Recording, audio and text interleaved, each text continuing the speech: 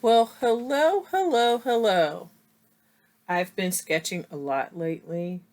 I just wanted to share a few with you. This is one of my smaller sketchbooks. Makes it easier to carry. I went to an art gallery and sketched some sculptures. This one is of a young man trying to tame a horse. This is a bust of some famous guy. And let's see. Let's find some more good ones from that day. Oh, yes. This looks like a little cherub or a Cupid type character with a bow and arrow getting ready to shoot, standing in what looks like a scallop shell. I love the direction of the lines, the hair, the way the legs are crossed over. I love everything about that sculpture, so I took time to sketch it. But also, while I was out on Saturday, yeah, Saturday, I sketched at a museum. It's a nautical museum that's near where I live. And so this was outside of the building, and it looks like a compass of some sort with the ship on top. And I started with ink pen. I used ink pen for this. I used brush pen for the black and white ones on the previous pages, but I just used regular colorful ink pens, orange, pink, blue, and dark blue. And I love how the colors mix. It looks like I need some 3D glasses to view these. This is one of those headsets on the bow of the ship. I think that's what it's called. It took me a while to do this one because there were so many details in the person's head. But I really fell in love. That was the first time I had done the ink pens, and I fell in love with it. So the next day, we were at the beach, and I drew the lady sitting next to us with her bag and her little chair. A woman in the water with her baby. Something's not right about this face, but I love the pose. Uh, a child playing in the sand. So a sketchbook will have lots of drawings that you do. Here's somebody. This one's not finished because, of course, this kid wasn't still in her inflatable in the water. The sailboat got away from me before I added the rest of the colors. It was going really fast through the bay. But this person sat still for a good while with their back to me, so they had no idea I was drawing them, and I just captured as many details as I could. And I love it. I love the colors. I love the composition. I love every part of it. So this one's my favorite, one of the recents I've done lately. And then today, I was with some other artists, and we were at a gallery upstairs in an empty room for open studio time. And I had forgotten the supplies I wanted to do, which are these. I wanted to use these, but all I had was what I'd been using the last couple days. So this is Gracie, and she was really focused and looking down at what she was making. I had no idea I was sketching her. So sketching could happen anywhere that you want. You could be looking at someone. That's what I prefer to do because it makes me really study the human form and get an understanding for different things like the way lips look or the way sagging skin might look on an older person, how hair might be, have little pieces that are astray. Her hair is really short in the back and just has a little swoop, and she has a little cowlick in the back. And all of that just appealed to me, so I took a quick sketch of her.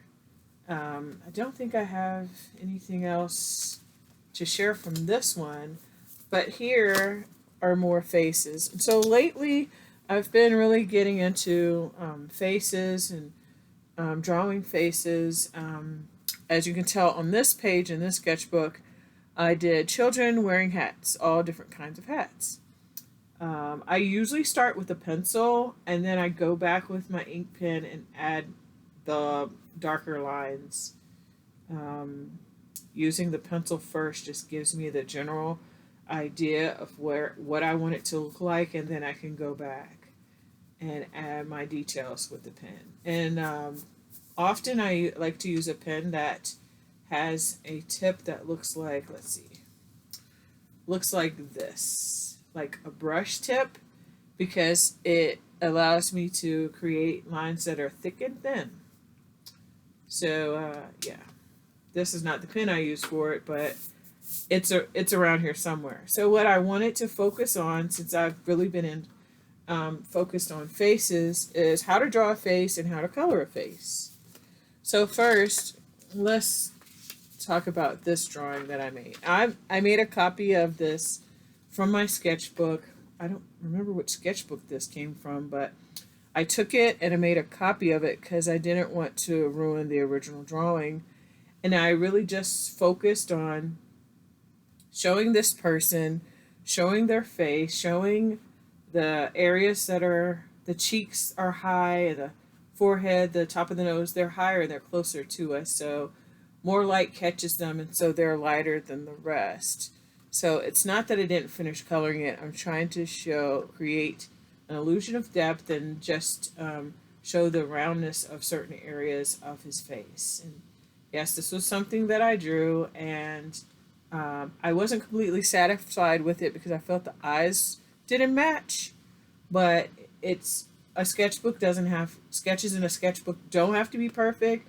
It just has to be practice. And so I like to keep my sketchbooks around for a while so that I can practice drawing things. So I'm going to try to draw a face similar to this and redo it in this sketchbook right now, because I have all my colored pencils, all of my markers with all the skin tones ready for action.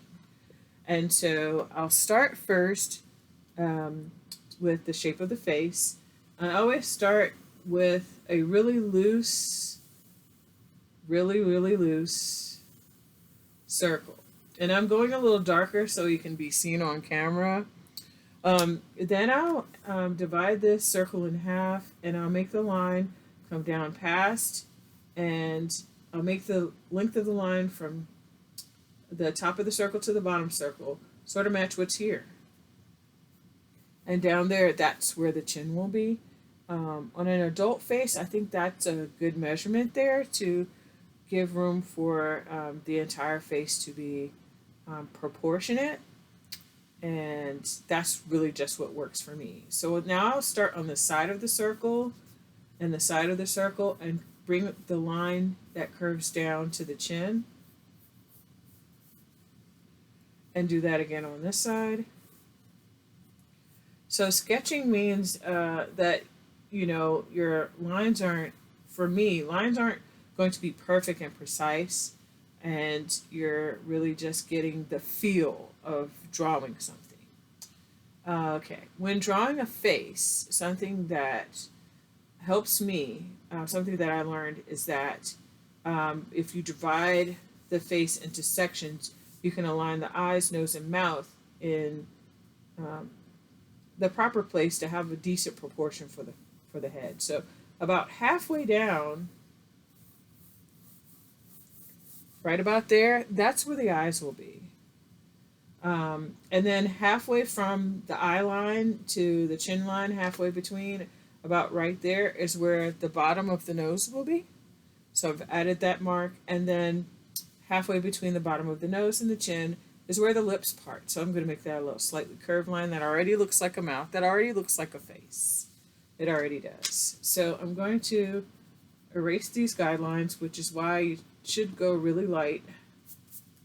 So I'm going to erase a little bit of that so that we can see where the eyes go. One thing about the eyes is that right about here and right about here, we have the middle, and then we have equal distance away from the middle, and then I'm going to make a little bit of a line here and a line there for the corners of the eyes. That helps a lot in getting the placement for the pupils. So I add the pupils. And again, I just lightly, and I've gone around a number of times so I can get the shape and make them about the same size. Next, I will go from this little mark I made up and over to the corner of the eye, up and over to the corner of the eye. All right, now sometimes your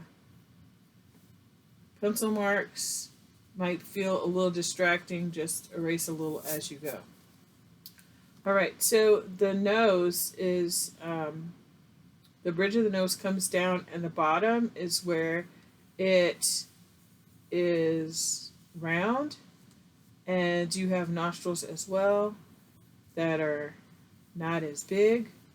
So that's what I go with for just a generic nose.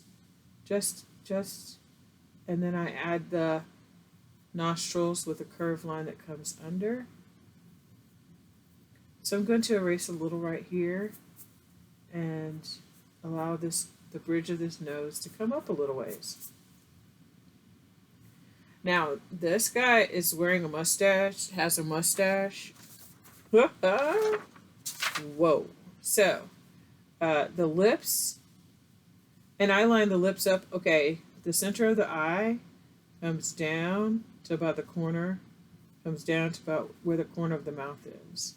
So, it might not seem like the mouth is really that wide, but yes, it probably is.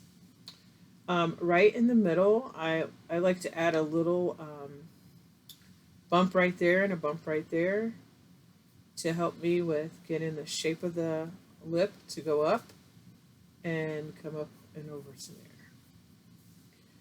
And then I just come down and over. I'm trying to keep this as simple as possible. Now this face is looking very womanly. Compared to how I did the first time, the jaw is more squared off.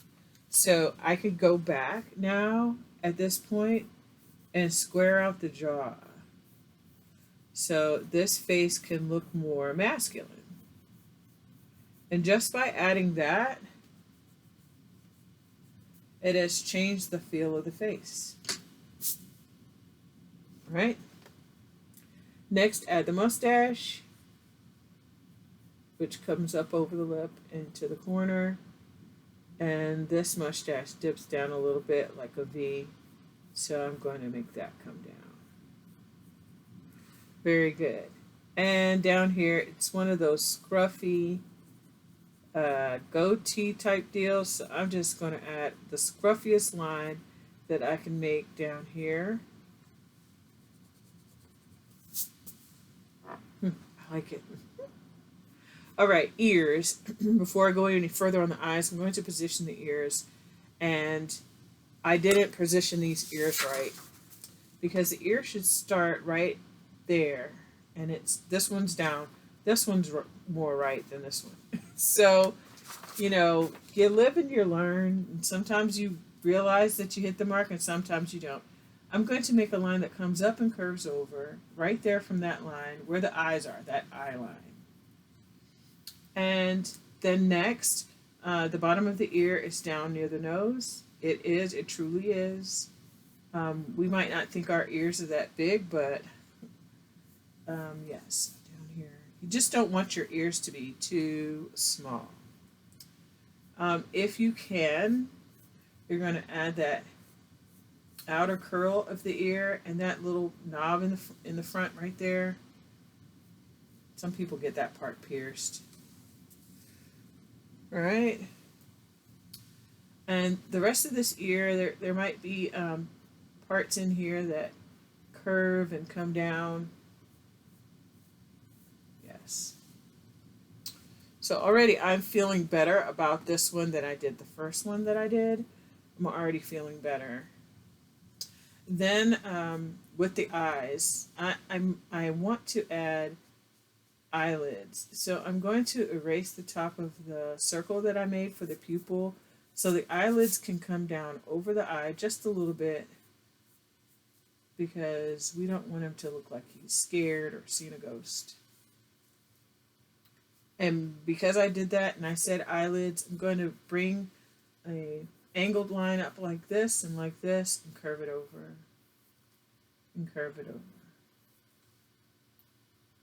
The corner of the eye has that little curve right there. Is that a tear duct? I'm not even sure. I'm not sure. Make the tear duct and connect across the bottom. And I'm even going to make a line there for the bottom eyelid. And then slightly above, we'll give some really masculine, bushy eyebrows. Bushy. Thick. Very good. Now, when sometimes I see children drawing people, they'll start drawing the hair right up here. But we know that that's the very top of the head, and the hairline starts right about there, about halfway between the eyebrows and the top of the head or the crown of the head. So I'm going to make this hairline. It starts down here by the ears, and this guy has curly hair, so I'm just going to make a really curly-ish hairline here because he is just letting his curls be wild and free. So I do that. And then I'm going to do a little erasing here. Just a little erasing. The guidelines can be erased. The guidelines for the line down the middle and all that stuff. I'm just giving a little touch with the eraser and they get erased. Then I'm going to add the hair, and the hair comes from back behind the ears, and the shape is really big, and it's really irregular, and it's just really fun and wild and free. So I'm going to start behind this ear as well.